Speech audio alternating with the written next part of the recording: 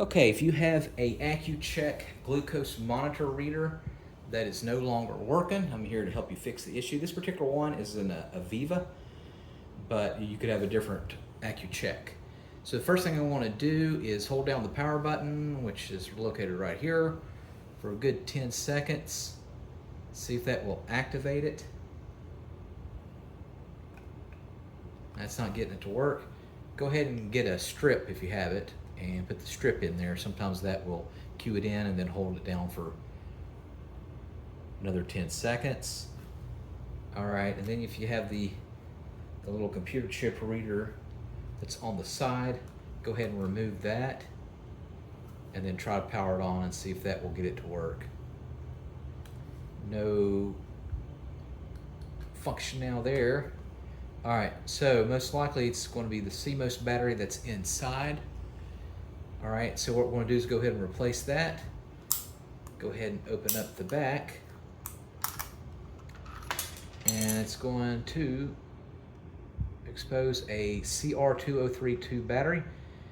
You're going to find that that's pretty much universal with all glucose monitors, and they use that for car key fobs as well, and a whole host of other electronics.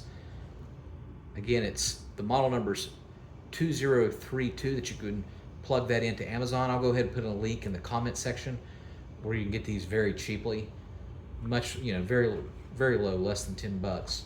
It's 2032. If you want to make double sure, just check yours out and see if it says CR2032. So I have these. You can get these at Walgreens, CVS, Amazon. And here's mine, new one that I bought. You want to place it where the label's facing up.